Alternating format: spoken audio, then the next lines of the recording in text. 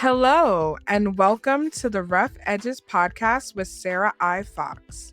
In this podcast, I will guide you through my faith and mental health journey to dispel the stigma surrounding mental illness and to create an empowering resource for those who wish to discover more about these topics.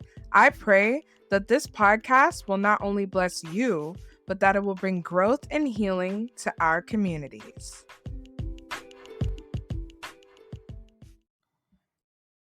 Hello, everyone, and welcome back to another episode of Rough Edges. Today, I am joined by a very special guest. Her name is Brittney Smith.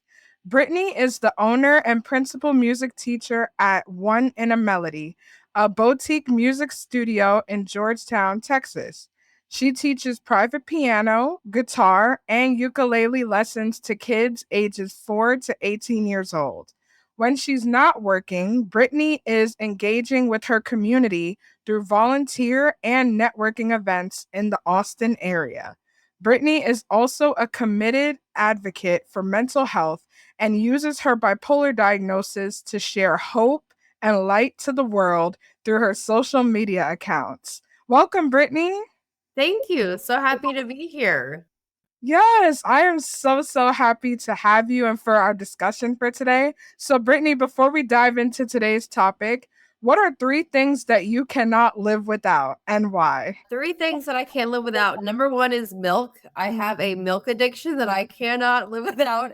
I'm sure this started from the day I was born, like, not gonna lie.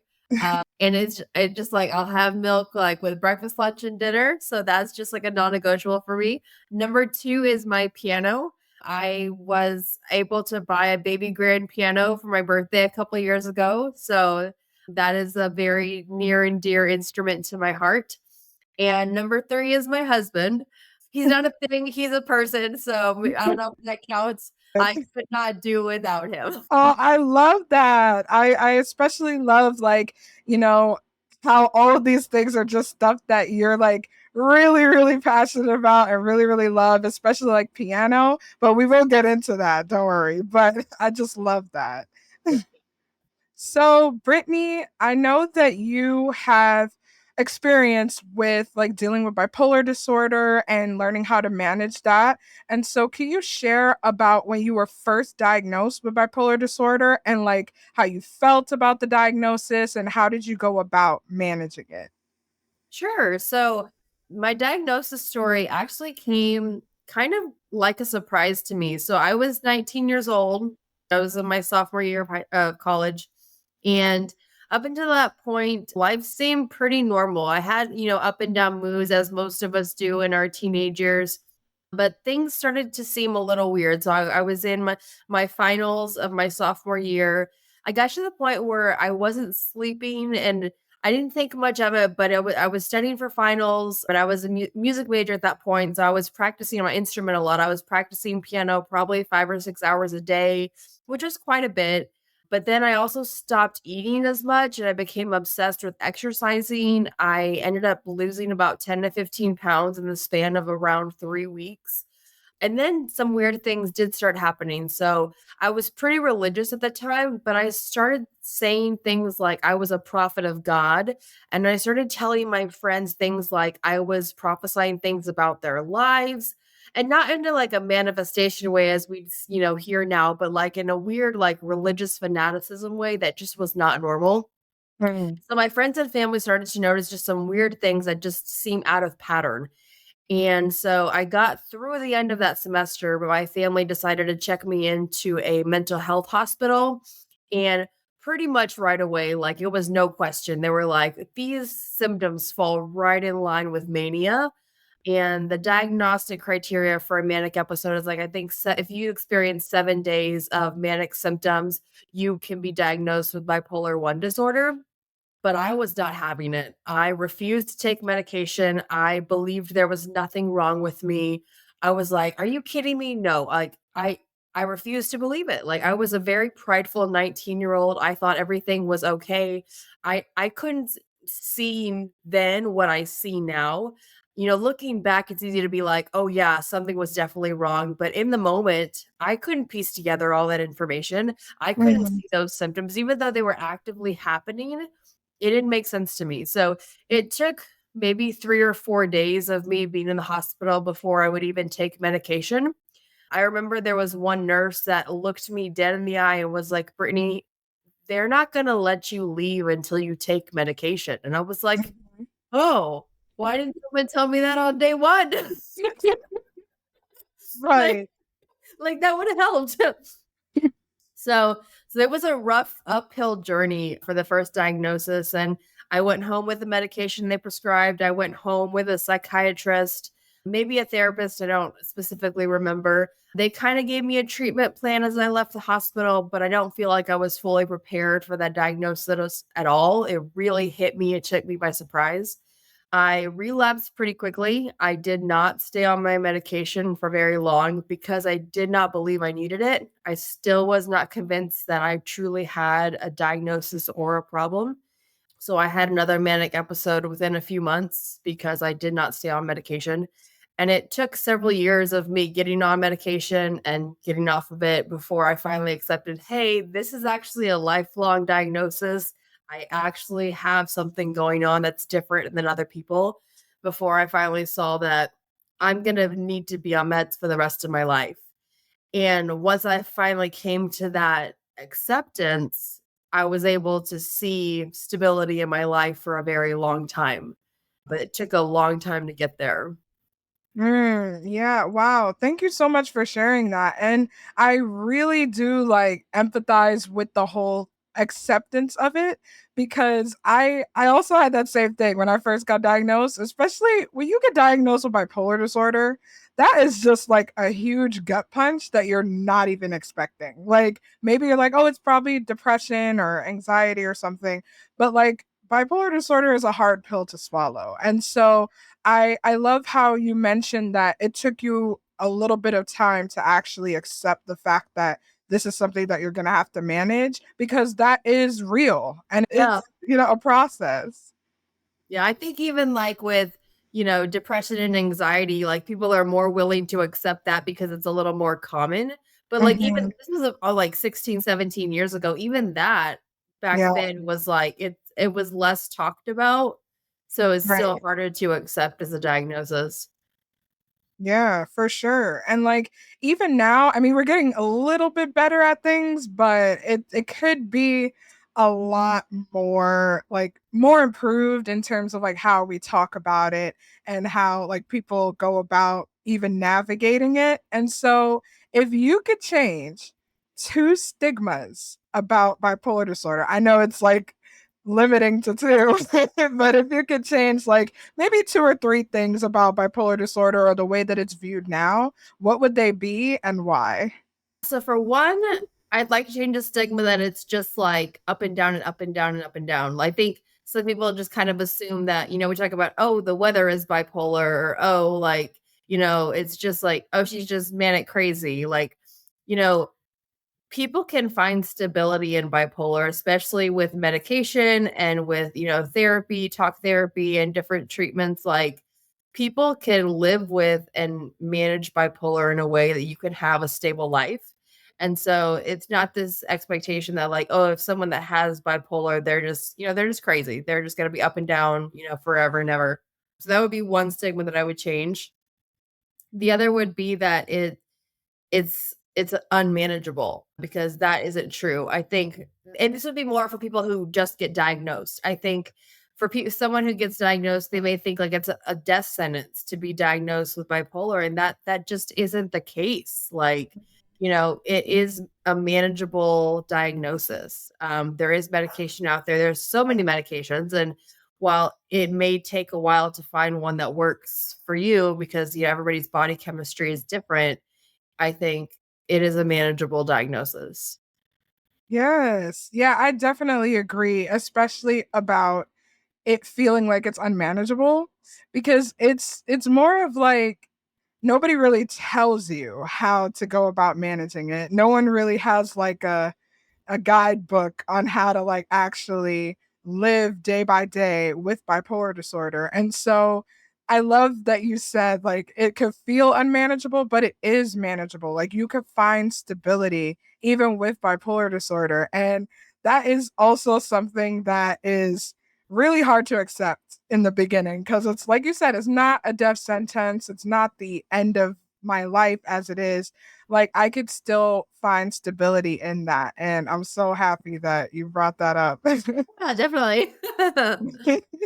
Yeah, so I want to also talk about your advocacy because I really admire the fact that you didn't just say, okay, I'm going to manage this and just go about living my life. It's like, even through your volunteer work and things that you do to help advocate, like, I really admire the fact that you want to help others. And so, what made you decide to become a mental health advocate? Like, what was that process?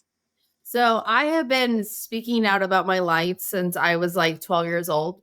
So I had some childhood trauma when I was super young, and the church that I grew up in kind of asked me to give my testimony. So I have been comfortable sharing about my life for the benefit of others since I was like in middle school. And so I didn't let that stop me when I got diagnosed with bipolar. I kind of was like, oh, now I have something new to talk about. And I very quickly, as soon as I found stability, saw the lack of conversation there was around bipolar specifically, and just saw the need, like, well, if I needed someone to talk to me about bipolar, I'm sure there is someone else out there that would need the same thing. Like, the more conversation there is about a certain topic, the easier it is to have acceptance around it. For example, 2 years ago, I got pregnant and I found that there was specifically a bipolar moms group. And I was like, wow, that's a very niche group. Like, bipolar and pregnancy. Okay, cool. But that was like exactly what I needed at the time because those symptoms that you're experiencing as a pregnant mom who was going through all these hormonal changes along with, the bipolar experience, like I couldn't have put it better together than those two groupings. And so just seeing that if I can share my experience for someone else out there going through the same thing, like I will gladly do that. So I use my Instagram and Facebook. I have a blog as well that I share on a weekly basis just to get, my story out there because I found that no experience is shared alone. Like anything that I go through, somebody else out there has experienced it as well. And I'm Right. never going to know what shared experience is there until I say it out loud. Mm. Yes, yes, I definitely agree. And it's also like very comforting to know that you're not alone in this process. And when you Absolutely. go through it, it could feel like that. It could feel like, oh, like this is just me. I'm isolated and I'm like all burdened out and, dealing with this by myself. But the fact that there are people like you in the world who aren't afraid to share their experiences to help somebody else, I just find that very touching and I really love that so much. Oh, well, thank you so much. Yeah, of course. And so, what would you say are some of the most challenging and rewarding aspects of being a mental health advocate?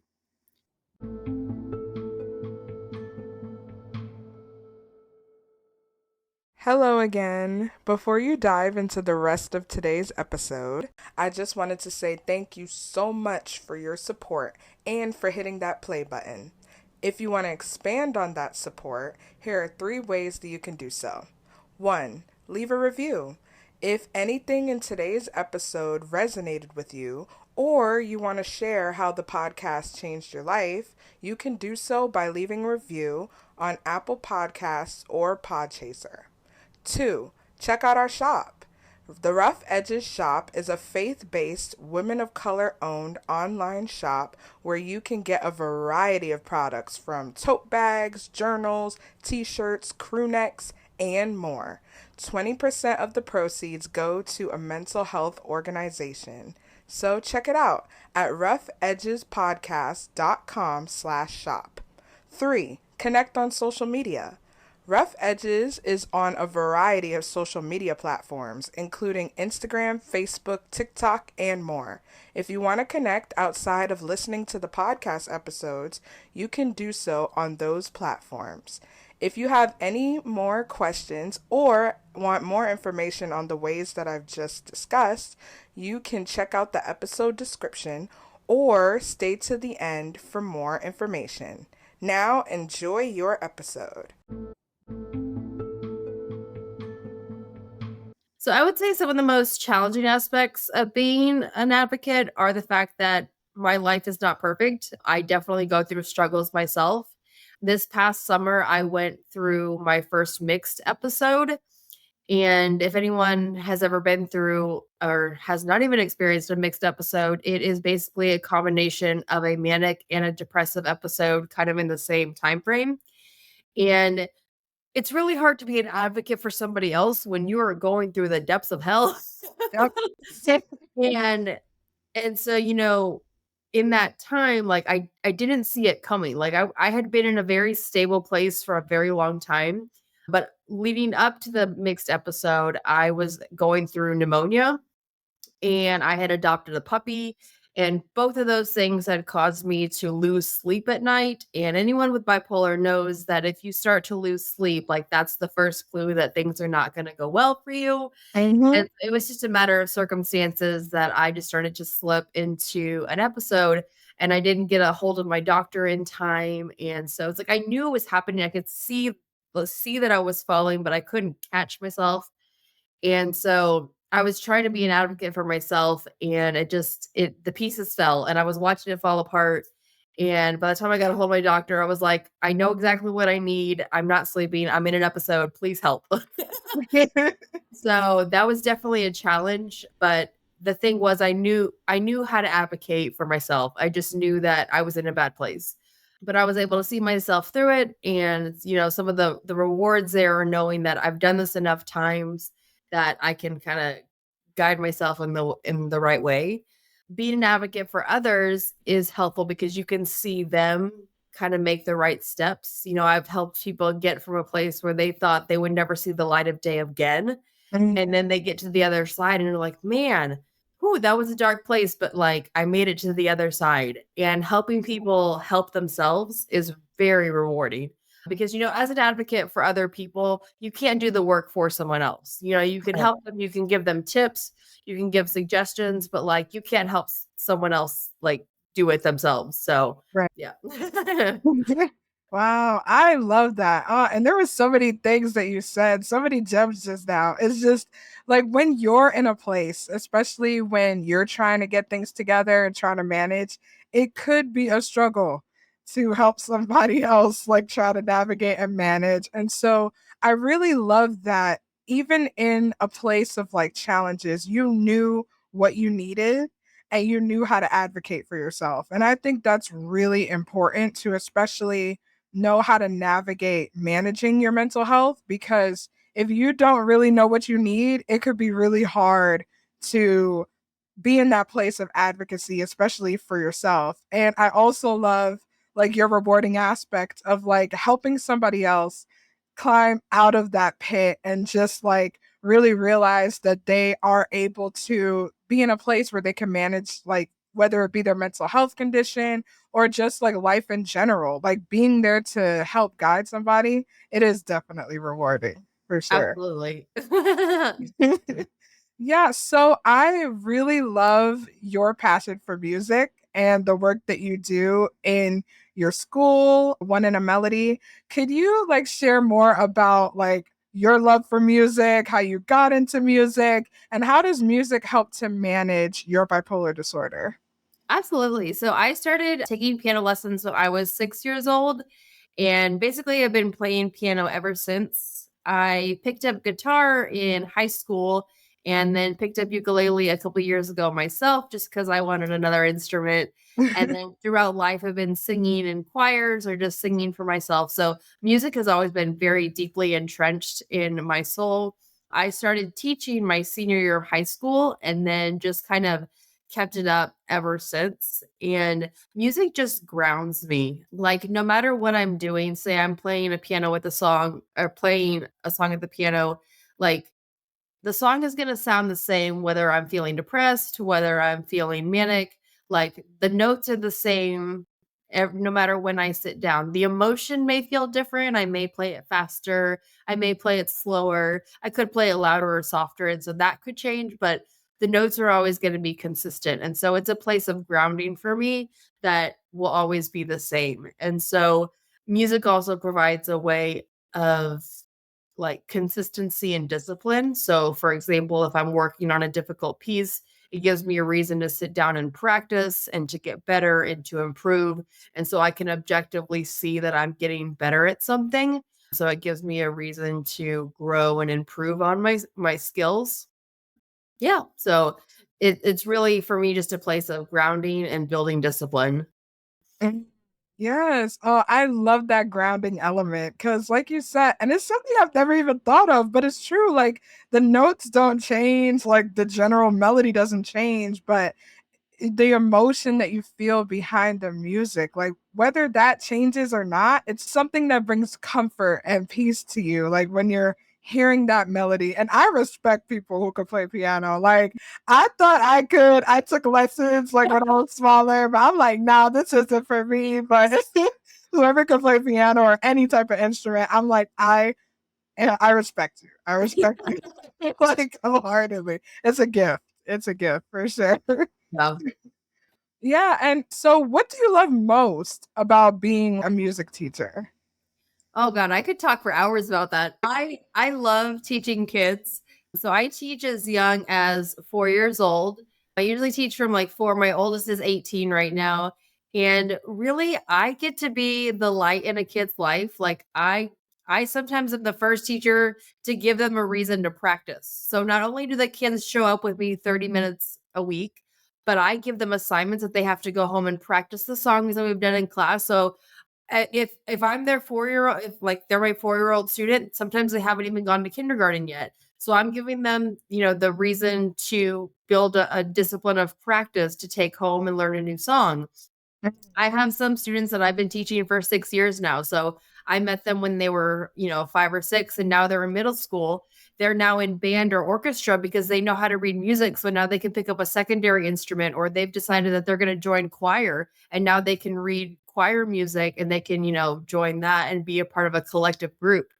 Wow. And I love to see them go from not knowing how to do something or how to read something to completely like turning it around and playing like a whole song. And we just have so much fun in our lessons. Like my primary goal in my class or in my lessons is to have fun. Like, yes, we're going to learn to read music. Yes, we're going to learn how to play songs, but at the end of the day, we're going to have fun. And that's like the main goal in my music studio. Oh, I love that. I really love that. And it's just I could tell like the passion that you have for like teaching music. Like I just love that. Yeah. And so right now I have about 25 students that I see weekly. And I have one student that I started. She is 5, she just turned 5, but she actually started when she was 3. This is kind of like a test. Her parents were like, yeah, we think she's really interested and we want to try it out. And I was like, all right, come on over. I have a certain curriculum that I use with the really young ones. And a couple of months ago, she asked her dad, she was like, I'd like to see Miss Brittany 2 times a week. And so that's not typical. I usually see kids once a week. And so we were like, okay, we'll try 2 times a week. Well, about a month ago, she goes, I want to see Miss Brittany 3 times a week. So we're trying 3 times a week. So now I've become like this just extra part of her life. This comes like every other day. And so we see Miss Brittany. And so I'm really excited to see what she does with music in her life. But it's so fun to see her just light up about music. We're learning all different sorts of rhythms and incorporating writing our own music. Something I really love to do with kids is encourage them to create their own songs as well, so they become composers in their own right as well. So, That is so cool. Well, hey, look out for 4 times a week, you know?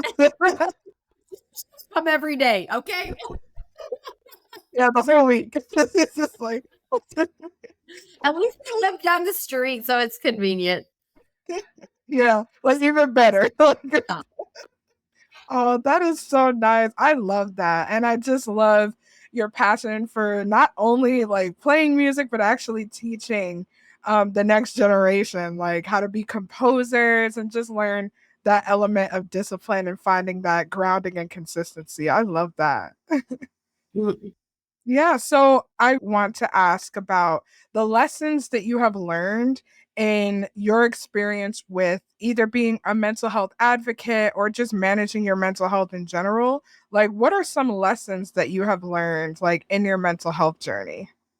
So I think the biggest lesson that I've learned is you have to be self-aware, because if you cannot see what is going on in your own mental health journey, for one, you can't take care of yourself, but for two, you cannot advocate for others. I've learned that I have to be super cautious about what is going on in my day-to-day life, how my mood is going, because I can take care of my mental health better if I know what's going on. For example, anyone that has an iPhone, Apple now has an app where you can track your mood every day. Like, for example, around 3:30 every day, I get a notification on my phone that's like, check in on your mood every day. And you can log your mood on your phone. Other people have different ways. Like if you have a journal that you log your mood, things like that. It just really helps to have an objective way of checking in with where your mood is. And this isn't just for people who are neurodivergent. This is for anyone. Like if you have a doctor that you check in with regularly, to have an objective log of where your mood has been for the last week, month, or quarter, like it's so easy to just look and be like, oh, look, this is where I was for the last, month. Because if you try to sit down and think just without having logged, like, how did I feel last week? How did I feel last month? Like, you're never going to remember. You're just going to remember how you felt yesterday or maybe even just today. But if you have taken the time to write down or log somewhere how you have felt day by day for the last month, you can really look back and see this is a history of where I've been. So that has really made a big difference for me when I check in with my therapist on a monthly basis, just to log where my mood has been. I also am a big advocate of habit tracking. So I try to pick about 10 habits a month that I want to check off. Things like drink my water, make sure the sink is clean at the end of the night. Did I go for a walk? It just really keeps me on track with, the kind of person that I want to be. And I really like just checking things off a box anyways. That's just a personal thing. Maybe not everyone's like that. So the self-awareness piece is really big, and then the habit tracking too. Mm. Yes, that's really good. And I especially love the self-awareness aspect because it could be so easy to slip into like, oh, I know what I'm doing. I've been doing this for a while. I'm fine. Like when really in reality, you may not be as fine as you think you might be in the moment. So it's good to check in on yourself, do that introspective like self-work and like you said, checking habits. And it's like I probably need to do that too, to be honest. Like, just make sure, make sure that things are like, just do some check-ins because it could be hard with the hustle and bustle of life to actually sit down and check in on yourself and make sure that you're in a stable place. But it is helpful for sure. Or even like having someone that you're close to, someone to just kind of check in with you, like, hey, or someone that may notice differences in you that you may not even notice yourself, like, hey, you seem a little off today. Like, what's going on? Like, having that person in Mhm. your life that can kind of check in on you is really helpful too. Yeah, yeah, for sure. Most definitely. Well, Brittany, I want to thank you so, so much. This was such a fun and profound conversation. Thank you for joining me. And before we go, I have one final question for you. What advice or words of encouragement do you have for someone who is struggling to manage their mental health? I would definitely say that there's always light at the end of the tunnel, that bipolar or any diagnosis is manageable, and that there is someone out there that has gotten through what you're going through, and someone out there that can give you advice when things seem like it's like the dead end, that there's always someone that can walk you through it. Yes, I absolutely agree. Well, thank you again, Brittany. And where can people find you? So I'm on Instagram at Brittney Benavides Smith, and then my website is oneinamelody.com. Yes, and I will be sure to put all of those in the description so you guys could definitely check her out. And stay tuned for more empowering episodes on Rough Edges. Thank you for listening to another episode of the Rough Edges podcast with Sarah I. Fox. If you want more updates on the podcast, you can follow on Instagram at rough.edges.podcast, or you can visit the official podcast website at roughedgespodcast.com. Thanks again for listening and have a wonderful day.